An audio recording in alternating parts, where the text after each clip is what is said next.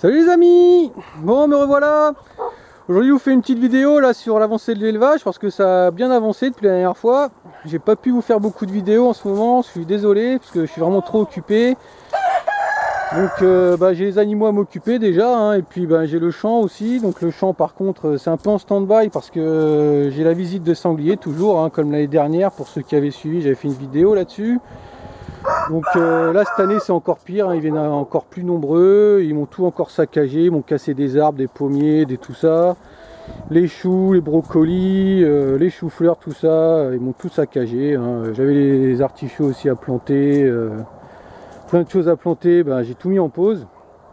Donc là ce que je vais faire c'est que on avait déjà mis une clôture là pour protéger les animaux, une clôture électrique, donc ça fonctionne très bien, donc les sangliers ne viennent pas jusque là. Donc ce qu'on va faire, c'est qu'on va fermer tout le champ complet en clôture électrique. Donc j'ai déjà le matériel, il faut juste le temps pour le poser. J'ai pas encore le temps de le poser non plus. Vous voyez là j'ai l'appareil, donc là j'ai pris un solaire. Comme ça recharge la batterie automatiquement, c'est beaucoup mieux. Sur l'autre j'avais pas le solaire, je dois la recharger tous les 15 jours. C'est quand même pas mal contraignant, donc il faudra que j'adapte le solaire sur le deuxième, voir si celui-là déjà ça marche bien. Et si ça marche bien, je ferai pareil quoi. Donc là vous voyez j'ai le filet, j'ai tout, donc plus qu'à le poser, sauf que j'ai pas encore eu le temps. Parce que là je suis en train d'aider quelqu'un à faire une maison en bois. Donc on a déjà fait la structure, la charpente, la toiture, on est en train de la finir. Donc ça m'a pris beaucoup de temps, donc j'ai pas eu le temps de faire beaucoup de vidéos, je suis désolé.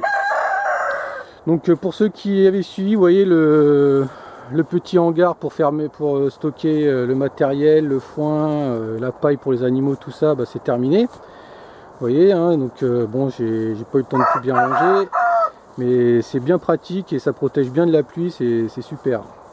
Donc là, maintenant, vous voyez, j'ai des nouvelles serres qui sont arrivées.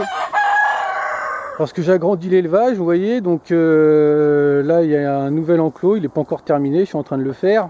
Donc j'ai ça en plus à faire. C'était pour les marrans, donc pour ceux qui avaient suivi, je vais commencer les marrans. J'avais déjà les poulets de Bresse, vous voyez, les poulets de Bresse que je croise aussi avec des coups nus pour faire une lignée maison. Là j'ai les coucous, vous voyez, on a des beaux spécimens, hein, ça y est. Il faudra que je fasse venir des nouvelles poules parce que là j'en ai pas assez, j'ai deux jolis coqs. Et puis maintenant j'ai les marrans. Donc les marrans elles sont là, hop, vous voyez. Là j'ai 3 poules, voilà, elles commencent à peine à pondre. Et puis là j'ai le coq, donc je suis allé le chercher la semaine dernière, vous voyez il est magnifique, il est bien gros. Donc là ils sont un petit peu à l'étroit dans les poussinières, je voulais les mettre ensemble mais le coq avec les poules là-dedans ça risque d'être trop. Donc je suis en train de leur terminer cet enclos. Je leur avais fait un petit enclos ici provisoire pour qu'ils soient à l'aise, mais comme d'habitude, les oiseaux commençaient à venir, à manger dans les gamelles, les pigeons c'est pareil. Et comme je vous l'avais déjà dit sur une autre vidéo, c'est ce qui amène les poux rouges. Donc je me dis si j'ai les poux rouges ici, je vais être vraiment emmerdé. Donc j'ai préféré tout mettre là-dedans. Donc là j'ai fait la structure, le poulailler, il reste le grillage à poser. Donc en 2-3 jours et puis voilà. Mais le problème c'est que j'avais cette semaine de libre, j'ai eu le temps de faire ça, mais là lundi je dois aller aider la personne pour la maison, donc ça va être compliqué. Je vais essayer de finir ça rapidement. Donc là vous voyez, donc j'avais aussi tous mes bébés coucou. Donc toutes les poules elles sont parties. Les poules issues de mon élevage je les garde pas parce que après pour éviter la consanguinité. Donc il faut que je fasse venir des œufs de Bretagne comme j'avais fait au départ pour avoir des nouvelles poules. Et puis toutes les poules je les vends. Hein. Donc elles sont toutes parties et puis maintenant il me reste les coqs. Donc je les garde pour la consommation. Et vu que je leur avais fait un petit enclos là-bas pareil, en attendant de leur faire un enclos fermé, grillagé comme celui-ci, là c'est pareil, ils venaient donc je les ai tous mis ici. Hein. Ils sont 16 là sur 25 mètres carrés. C'est un peu juste, mais bon, en attendant, je fais comme ça. Donc j'ai pas mis les marrans là-dedans avec parce que j'ai peur que les coqs se battent parce qu'en plus ils se connaissent pas du tout. Donc j'ai préféré faire comme ça. Donc vous voyez, donc ça a bien changé. Là maintenant, Maintenant je stocke le grain dans des fûts en métaux comme ça, c'est des fûts alimentaires. Donc j'ai récupéré ça chez une personne qui faisait du miel, il stockait le miel dedans. Et franchement c'est pratique, hein, on peut stocker pas mal de quantité. Et puis ben, les souris, ben, ils ne peuvent pas atteindre, hein, parce qu'ici il y a pas mal de mulots. Et je me faisais toujours, même j'avais des petites caisses de stockage en plastique, ils arrivent à les passer. Donc c'était vraiment chiant. Donc avec ça, maintenant on est tranquille. On stocke tout ici et puis ça se passe bien. Donc je vous conseille ça franchement, si vous avez pas mal de stock à faire, ben, faites avec ça, vous serez tranquille. Donc alors sinon, alors au niveau lapin, vous voyez, ben, on a eu pas mal de portées là, vous voyez. Donc là ils sont 7, donc à côté là c'est pareil, ils étaient 7 mais il y en a un qui est mort, hein, donc ça arrive. Donc là il faut que je leur donne encore à manger. Donc là c'est des croisés papillons et fauves de Bourgogne. Et à côté c'était des papillons fauves de Bourgogne aussi. Par contre là c'est la mère fauve de Bourgogne et le père papillon. Et là c'est la mère papillon et le père fauve de Bourgogne. Donc j'ai fait des 100% fauves mais ils viennent juste de naître.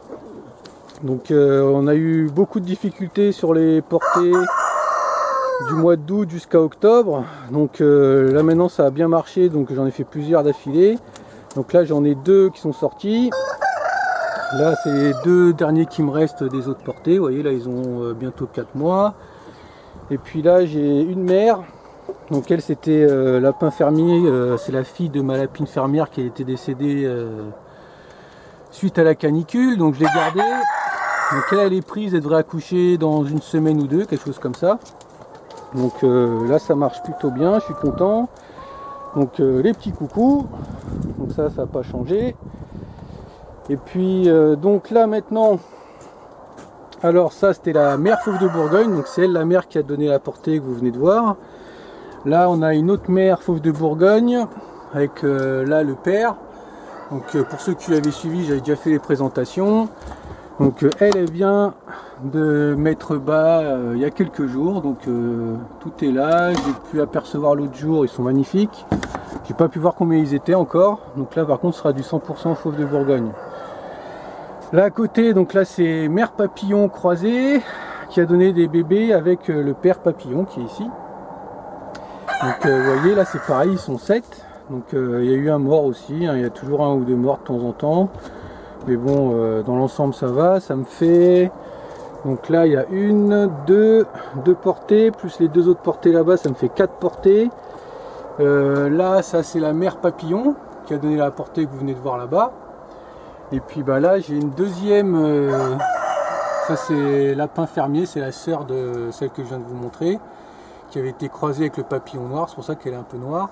Et elle vient de mettre bas cette semaine, là, vous voyez. Donc ça me fait 4-5 portées d'un coup là.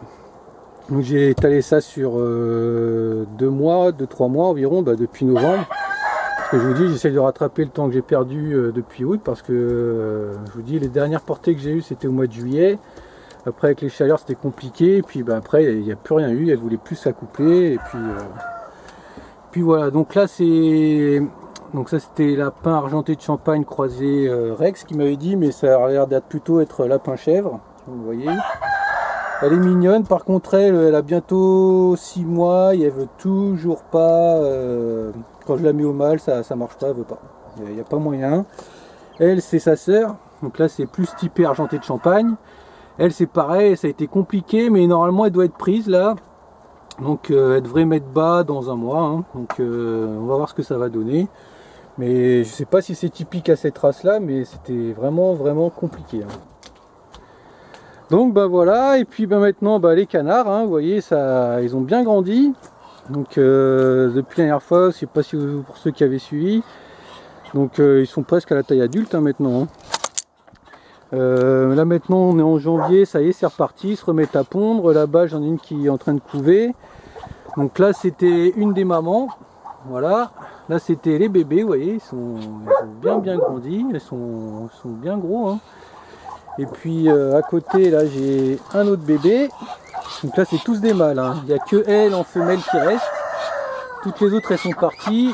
Et puis elle, je vais aller les changer ce week-end contre d'autres fauves de Bourgogne.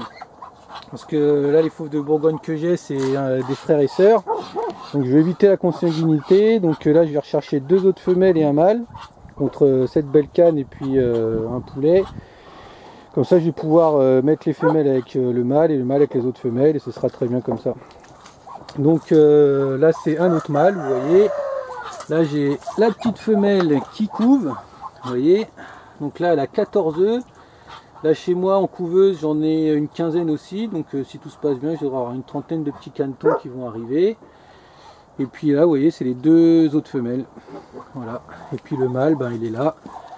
L'heureux papa de tout ce beau monde. Donc alors comme je vous avais dit la dernière fois il y a eu des problèmes. J'avais peur qu'il y ait trop de piquage, c'était plus de la mue qu'autre chose. Mais bon, j'ai quand même amélioré l'alimentation en mettant plus de protéines et du calcium et de la verdure. Et depuis, ils ont un beau plumage et tout s'est calmé et puis tout se passe bien, quoi. Donc voilà. Donc ben, j'ai beaucoup de vidéos à vous faire. Il y en a beaucoup qui m'ont demandé des vidéos sur comment tuer et puis comment tuer et vider le lapin, le préparer. Donc ça c'est au programme, je vais vous le faire. Il faut juste que je trouve le temps de le faire et qu'en plus mon fils soit en vacances en même temps, comme ça il peut me filmer pendant que je vous montre, comme j'avais fait pour le chevreau. Donc j'ai aussi une vidéo à vous faire sur les chèvres, parce que sur l'accouplement, tout ça. Parce que moi ça fait depuis cette année que j'ai des chèvres et je ne savais pas trop comment gérer tout ça. Et puis ben, maintenant je vais vous expliquer comment ça s'est passé et puis comment ça se passe, si on doit laisser le bouc avec les chèvres ou pas. Il y a pas mal de choses à savoir que j'arrivais pas à savoir, donc je vais vous faire part de... Donc je vais vous faire part de mon expérience sur le sujet, comme ça pour ceux que ça peut aider, ce sera bien. Donc là vous voyez peut-être pas mais elles sont bien enceintes, moi qui les connais je le vois. Elles ont les joues bien gonflées, elles ont bien grossi, donc normalement on devrait avoir des naissances dans pas longtemps, hein, février normalement, si c'était octobre, novembre, décembre, janvier, février, ouais, février-mars on devrait avoir les premiers chevreaux. Donc là par contre l'enclos faut que je l'agrandisse, donc là c'est pareil, il me faut du temps, mais je vais faire un abri plus grand, parce que là ça devient trop petit pour elle, et puis il va falloir de la place aussi pour les chevreaux qui arrivent. Donc je vais faire un plus grand abri qui ira jusqu'à là-bas, vous voyez, jusqu'au bout, qui sera plus large.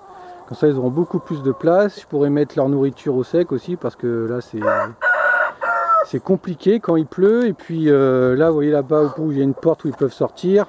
Mais là je ferai un enclos où ils auront accès vraiment toute la journée, et puis elles seront beaucoup mieux comme ça. Donc ce sera l'occasion de vous montrer ça dans d'autres vidéos. Et puis voilà quoi. Il faudra que je vous fasse aussi une vidéo sur les chiens de protection, hein, donc comment bien les choisir, comment bien les éduquer, tout ça. Parce que là c'est pareil, hein, pour ceux qui ont suivi, j'ai eu du mal à trouver un chien correct pour garder tout le troupeau. Donc je vous expliquerai tout ça aussi. Hein. Donc ben voilà. Hein. Donc voilà pour ce qui est de l'élevage, vous voyez ça avance bien, tout se passe bien pour le moment, donc je suis content. Donc si vous avez des questions, des remarques ou autres, hein, sur les commentaires comme d'habitude, et puis moi je vous dis à bientôt pour une prochaine vidéo. Allez!